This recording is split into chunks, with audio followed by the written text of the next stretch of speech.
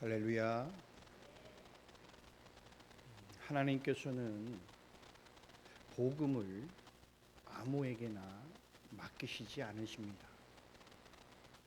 복음은 세상을 살리는 하나님의 능력이기 때문에 복음의 능력을 확고하게, 확실하게 믿는 자를 세우셔서 보내십니다. 오늘 본문은 부흥의 이야기가 아닙니다. 오늘은 갈등의 이야기입니다. 오늘 바울과 바나바는 복음을 맡은 두 사도로서 사람 때문에 충돌하게 됩니다. 그것도 오늘 말씀에서는 심하게 다퉜다. 그런데 그들이 심하게 다툰 이후에 서로 갈라서게 됩니다. 그런데 성령 하나님께서는 오늘 왜 이 장면을 숨기지 않으셨을까? 사실 우리가 봤을 때, 저 다투는 장면이면은 굳이 성경에 기록을 해야 할까? 기록하지 않아도 될 것인데, 그러나 오늘 성령 하나님께서는 이 장면을 숨기지 않으세요. 왜일까? 복음을 맡은 자도 완벽한 자가 아니라는 거예요. 그것을 보여주시기 위함이죠. 또 하나님의 뜻 앞에 복음을 맡은 자는 자신을 드리는 사람이다 라는 것을 오늘 보여주시기 위함이에요. 오늘 본문을 중심을 통해서 우리가 복음을 맡은 자의 마음, 복음을 맡은 자의 갈등, 그리고 복음을 맡은 자의 길이라는 이 세 가지 소주제를 가지고 좀 더 은혜를 나누고자 합니다. 복음을 맡은 자는 영혼을 돌아보는 사람이에요. 오늘 36절의 말씀을 보게 되면 며칠 후에 바울이 바나바더러 말하되 우리가 주의 말씀을 전한 각 성으로 다시 가서 형제들이 어떠한가 방문하자라고 이렇게 말합니다. 바울과 바나바는 오늘 1차 전도 여행을 마친 이후에 쉼을 갖고 있었어요. 왜? 다음 사역을 위해서. 그러나 오늘 바울의 마음속에는 여전히 복음으로 세워진 그 영혼들 생각으로 가득했습니다. 그러니까 바울은 바나바에게 복음을 전한 각성으로 다시 가서 우리 형제들이 어떻게 지내는지 우리 방문하자 라고 오늘 바나바에게 이야기하는 거예요. 그러니까 복음을 맡은 사람은 단지 그냥 전하는 사람이 아니다. 끝까지 돌아보는 사람이다 라는 겁니다. 바울에게 교회의 부흥은 단순한 숫자로 보는 실적이 아니었어요. 바울은 교회에 얼마나 많은 사람들이 모였는가 이것보다는 모여있는 그 사람들이 예수님을 얼마나 잘 믿고 있는가 이거에 더 중요하게 그가 생각했다라는 거예요. 오늘날 한국 교회를 보면 결과 중심으로 살아가요. 어떤 교회를 가면요, 담임 목사가 부교육자들과 회의를 해요. 그리고 통계를 냅니다. 각 부서를 맡아서, 각 교구를 맡아서. 그래서 부서가 줄어들잖아요. 어떻게 될까요? 잘립니다. 그런 교회들이 있어요. 줄어들었다. 한국 교회가 지금 결과 중심으로 돌아가고 있습니다. 몇 명이 왔는지, 교회의 규모가 어떠한지, 그리고 얼마나 성장하고 있는지, 또 얼마나 유명해졌는지 이런 것들을 본다라는 거예요. 그러나 하나님은 그렇지 않습니다.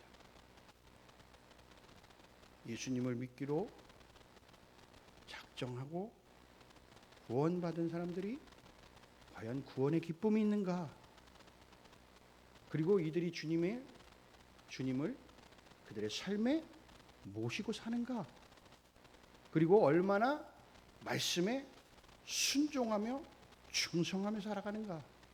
그리고 영혼을 얼마만큼 사랑하는가? 이런 것을 하나님은 물으신다라는 거예요. 예수님께서도 부활 후에 베드로에게 사명을 맡기실 그때에 이렇게 말씀하시죠. 내 양을 먹이라. 그러니까 복음을 맡은 자는 영혼의 상태를 살피는 사람이에요. 그냥 오늘 몇 명 왔느냐 이것이 아니라 오늘 저분을 보니까 오늘 얼굴이 별로 안 좋아. 어떤 분은 오늘 안 왔어. 왜 안 왔을까? 그들의 영혼을 살펴야 된다는 겁니다.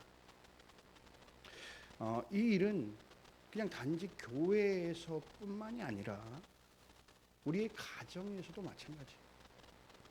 자녀가 세상에서 성공하는 것보다 그의 영혼이 하나님 안에 거하고 있는지를 살펴야 된다는 겁니다. 내 배우자가 또는 내 배우자를 육적인 삶을 돌아보는 것 중요하죠.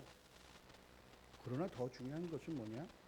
그의 영혼이 하나님 앞에 서 있는지 그걸 우리는 살펴봐야 된다는 거예요.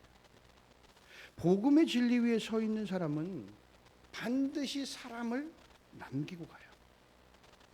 예수님께서도 이 땅에 오셔서 승천하시기까지 많은 제자들을 남기시고 승천하셨어요. 우리도 마찬가지로 예수님을 잘 믿는 제자들을 남겨야 됩니다. 우리 마음에도 복음을 기다리는 영혼들을 향해 다시금 가자라는 이 마음들이 회복되기를 바랍니다. 오늘 37절부터 39절의 말씀을 보세요. 바나바는 마가라 하는 요한도 데리고 가고자 하나 바울은 밤빌리아에서 자기들을 떠나 함께 일하러 가지 아니한 자를 데리고 가는 것이 옳지 않다 하여 서로 힘이 다투어 피차 갈라섰다 라고 말씀합니다. 복음을 맡은 자도 갈등을 오늘 경험하고 있어요. 이 말씀을 보면 바울과 바나바가 오늘 심히 다투고 갈라섰다라는 거예요. 누구 때문에? 마가라는 사람 때문에 그래요. 왜 갈등했냐? 바나바는 오늘 사람의 가능성을 좀 봤어요.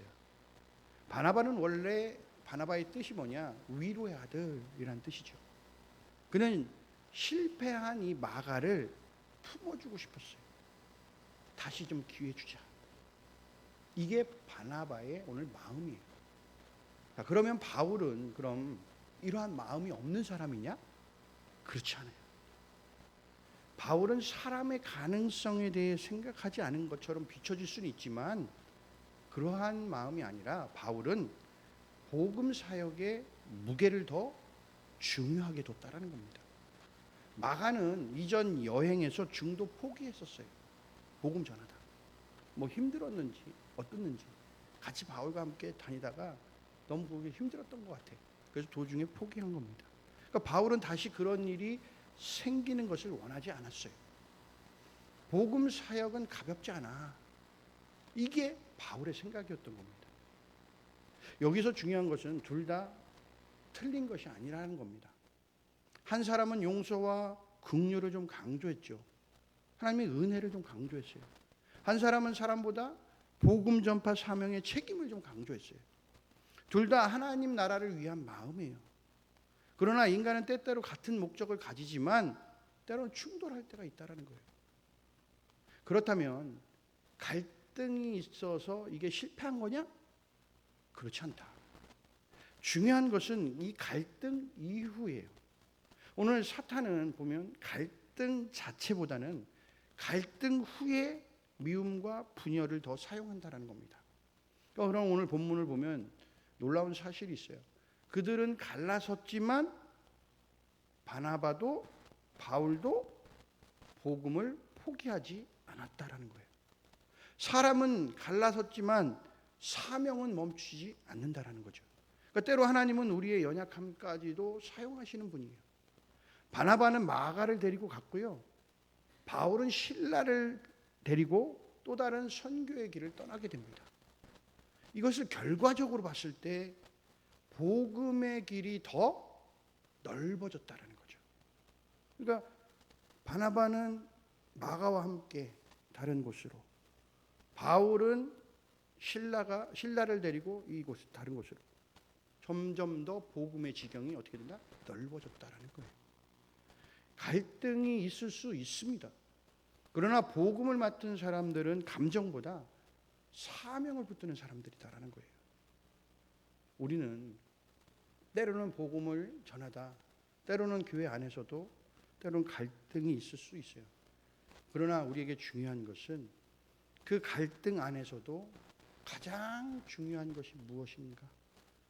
내가 하나님의 뜻이 거기에 관철되고 있는가? 라는 것을 우리가 확실하게 볼 수 있어야 되는 것이죠.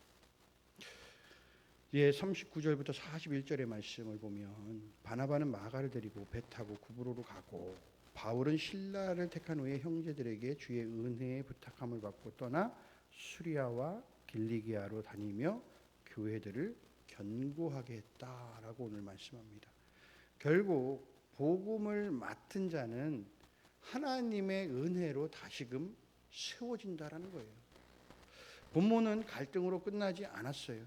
다시 사역으로 이어져요. 이게 중요합니다. 상처 때문에 멈추지 않고요. 실망 때문에 주저하지 않아요. 복음을 맡은 사람은 결국 다시 일어서게 돼 있다라는 겁니다.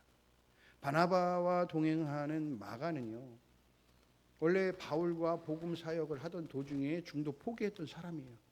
그러나 바나바는 그 마가를 포기하지 않았죠.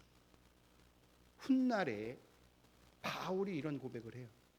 마가를 데리고 오라. 그가 나의 일에 유익하다. 라고 마가를 데려오라고 말합니다. 하나님의 사랑은 사람을 끝내버리지 않아요. 실패했다고 끝난 것이 아니라는 겁니다. 넘어졌다라고 해서 버리는 게 아니에요. 세상은 도태하면 어떻게 해요? 낙오하면 버려요. 그러나 하나님은 그렇지 않으세요. 복음을 맡은 자는요, 때로는 넘어질 수도 있어요.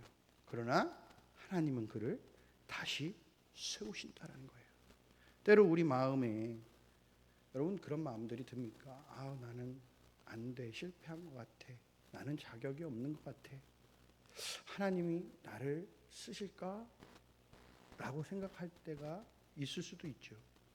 여러분 그러나 하나님은요, 오늘 보세요. 실패한 마가도 다시 사용하세요. 마가는 훗날에 마가복음을 기록하는 축복의 통로가 되죠. 하나님은 사람의 실패보다 하나님의 사랑, 하나님의 은혜가 더 크다는 것을 오늘 보여주고 계십니다. 사랑하는 성도 여러분, 우리 인생의 중심은 사람의 평가가 아니라 하나님의 은혜입니다. 복음을 맡은 사람은 자기 의로 사는 사람이 아니라 하나님이 베풀어 주신 은혜로 사는 사람이라는 거죠. 여러분 복음을 맡은 사람은요, 오늘 세 가지로 이야기해요. 영혼을 돌아보는 사람이다. 갈등 속에서도 사명을 붙드는 사람이다. 하나님의 은혜로 다시 세워지는 사람이다. 라고 오늘 말씀합니다. 하나님은 오늘도 복음을 맡길 사람을 찾고 계십니다. 완벽한 사람을 찾으시냐? 그게 아니에요. 때로는 상처가 있어도, 때로는 연약해 보여도 다시금 하나님의 손에 붙들리기를 원하는 사람을 찾고 계신다는 거예요. 하나님, 나를 좀 붙들어 주십시오. 하나님의 그 강하고 의로운 손으로 나를 붙들어 일으켜 세워주시면, 하나님의 힘으로 능력으로 나를 세워주시면 내가 다시금 하나님의 나라를 확장시키는 귀한 일 위에 쓰임받기를 원합니다. 이렇게 고백하는 자, 그 사람을 하나님은 다시금 붙들어 세워주신다라는 겁니다. 여러분 때로는 마음이 지쳐 있을 수도 있어요. 여러분 다시 일어나십시오. 여러분 복음은 아직 끝나지 않았습니다. 혹시 때로는 사람들 때문에 여러분들 힘들어할 때가 있죠. 여러분 그 사람을 보지 마시고요, 하나님을 바라보십시오. 혹시 실패 자리 가운데 있을 수도 있어요. 그러나 오늘 마가, 실패했던 마가, 그를 다시 세우신 하나님께서 저와 여러분도 세워주실 줄로 믿습니다. 저와 여러분이 이 혼탁한 시대 가운데 하나님께 귀하게 쓰임받는 복음의 증인, 복음을 맡은 자가 되기를 주님의 이름으로 축원합니다.